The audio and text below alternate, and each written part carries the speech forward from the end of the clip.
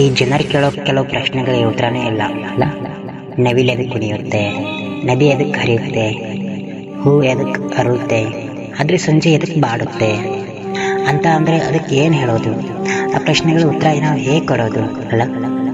ಅವು ದೇವರುಗಳು ಮಾಡಿದ ಸೃಷ್ಟಿ ಆಗಿದೆ, ಅದು ಹಾಗೆ ಆಗಬೇಕು, ಅದು ನಿಯಮ, ಅದು ಪ್ರಕೃತಿ ನಿಯಮ ಅಲ್ಲ. ಹಾಗೆ ಜೀವನನ ಬದುಕಲ್ಲಿ ಕೆಲವು ಕಾರಣ ಇಲ್ಲದೇ ಏನೇನೋ ಘಟನೆಗಳು ನಡೀತಾವೆ. ಅದಕ್ಕೆಲ್ಲ ಉತ್ತರ ಹುಡ್ಕೊಳ್ತಾ ಕೂತ್ರೆ ಅದು ಆಗುತ್ತಾ?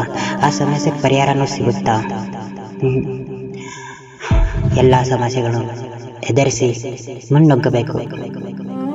ಬರುತ್ತೆ ಕಷ್ಟ, ಮನುಷ್ಯನಿಗೆ ಬರದೆ ಮನುಷ್ಯ ಅಂದಮೇಲೆ ಎಲ್ಲ ಕಷ್ಟಗಳನ್ನು ಅನುಭವಿಸಲೇಬೇಕು. ಸುಖನೇ ಬೇಕು, ನನಗೆ ನೆಮ್ಮದಿನೇ ಬೇಕು, ನನಗೆಲ್ಲ ಸಿರಿ ಸಂಪತ್ತು ಬೇಕು ಅಂದರೆ ಎಲ್ಲಿ ಸಿಗುತ್ತೆ?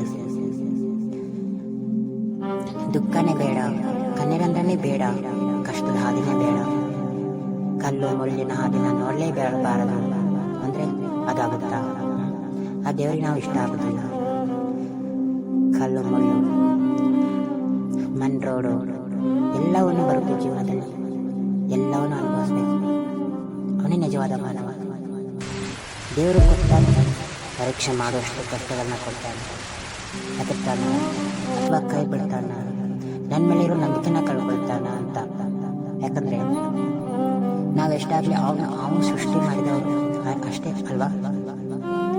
ಮತ್ತೆ ಅವ್ನು ಹೇಳಿದಾಗೆ ನಾವು ಕೇಳಿಲ್ಲ ಅಂದ್ರೆ ಹೇಗೆ? ಅವನು ಆಡಿಸ್ತಾನೆ, ನಾವು ಆಡಬೇಕು ಅಷ್ಟೇ. ಡ್ರಾಮಾ ಇದು, ಜೀವನನೇ ಒಂದು ದೊಡ್ಡ ಡ್ರಾಮಾ. ಎಲ್ಲ ಸರಿಯಾಗಿ ನಡಿಬೇಕು ಅಂದ್ರೆ ಏನಾಗುತ್ತೆ? ನನಗೆ ದೇವರೇ ದುಡ್ಡಿನ ಮೇಲೆ ಮಲಗುವಂತ ಸೌಕರ್ಯ ಕೊಡು ಅಂದ್ರೆ ಕೊಡ್ತಾನೆ, ಆದ್ರೆ ನೆಮ್ಮದಿನ ನೆನೆ ತಗೊಳ್ತಾ ಅಂತ ಹೇಳ್ತಾನೆ. ನಮಗೆ ದುಡ್ಡಿನಿಂದ ನೆಮ್ಮದಿ ತಗೊಳಕಾಗುತ್ತಾ? ದುಡ್ಡಿನಿಂದ ಊಟ ಮಾಡೋಕ್ಕಾಗುತ್ತಾ? ದುಡ್ಡಿನಿಂದ ನೀರು ದಹನ ತಿಳಿಸ್ಕೊಳಕ್ಕಾಗುತ್ತಾ? ನೀವು ಅನ್ಬೋದು, ರೇ ಈ ಪ್ರಪಂಚದಲ್ಲಿ ದುಡ್ಡಿಲ್ಲ ಅಂದ್ರೆ ಏನೂ ಇಲ್ಲ, ದುಡ್ಡೇ ಅಲ್ಲ, ದುಡ್ಡಿದ್ರೆ ಏನ್ ಬೇಕಾದ್ರೂ ಮಾಡ್ಬೋದು ಅಂತ.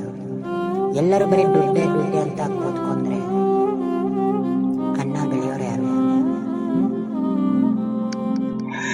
ಎಲ್ಲ ಸಂಪತ್ತು ಸಿಕ್ತು ಅಂತ ಮನೇಲೆ ಕೂತ್ಕೊಂಡ್ರೆ, AC ರೂಮ್ದಲ್ಲಿ ಕೂತ್ಕೊಂಡೆ ಕಷ್ಟಪಡೋರು ಯಾರು? ಹೊಲದಲ್ಲಿ ದುಡಿಯೋರು ಯಾರು? ಎಲ್ಲ ICC ಕಂಪ್ನಿಗಳನ್ನೇ ಬೇಕು ಅಂದರೆ ರೈತರ ಕೆಲಸ ಮಾಡೋರು ಯಾರು? ಭೂಮಿ ತಾಯಿ ಮಗನಾಗಿ ದುಡಿಯೋರು ಯಾರು ಅಲ್ಲ? ಅದಕ್ಕೆ ದೇವರು ಒಬ್ಬೊಬ್ಬರಿಗೂ ಒಂದೊಂದು ರೀತಿ ಹಾದಿನ ಕೊಟ್ಟಿದ್ದಾನೆ. ಆ ಹಾದಿನ ನಾವು ಹೋಗಬೇಕು ಅಷ್ಟೇ. ನಾವು ಹೋಗೋ ಹಾದಿನ ಬಿಟ್ಬಿಟ್ಟು ಬೇರೆ ಹಾದಿಗೆ ಹೋಗ್ತೀವಿ ಅಂದರೆ ಅದು ಆಗೋದಿಲ್ಲ, ಅದು ಸಾಧ್ಯ ಇಲ್ಲ. ನನ್ನ ಈ ಮಾತು ನಿಮಗೆ ಇಷ್ಟವಾದಲ್ಲಿ ಲೈಕ್, ಶೇರ್ ಅಂಡ್ ಕಮೆಂಟ್ ಮಾಡಿ.